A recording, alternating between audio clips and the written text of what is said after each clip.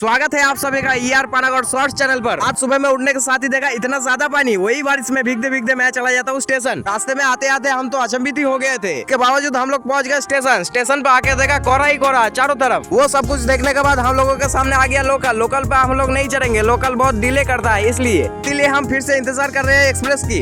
Express आने में बहुत वक्त है, इसलिए हम लोग चले गए लिफ्ट में खेलकूद करने। अंदर जाने के बाद हम लोगों को पता चला इतना ज्यादा स्विच होता है, इसलिए हम 40 करोड़ का दिमाग लगा के 1 नंबर बटन को दाब दिए। दाबने के बाद सोचा कहीं पाताल में तो नहीं चला जाएगा।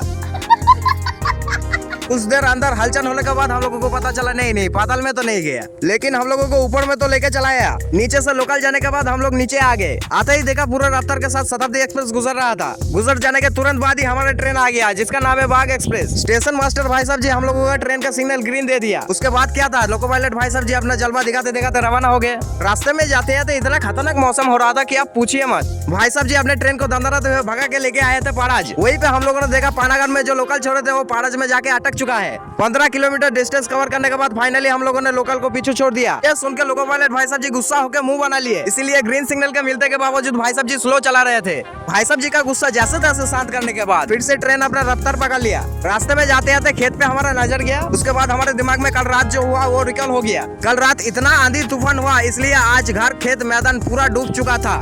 इसके बावजूद हम लोग तैयार हो गए वर्धमान आने को। वर्धमान आने के तहत हमने देखे इतने खूबसूरत नजारे। फिर हम लोग आ गए वर्धमान जंक्शन। आप लोग लाइक शेयर सब्सक्राइब करना भूलिएगा मत। Tata bye bye.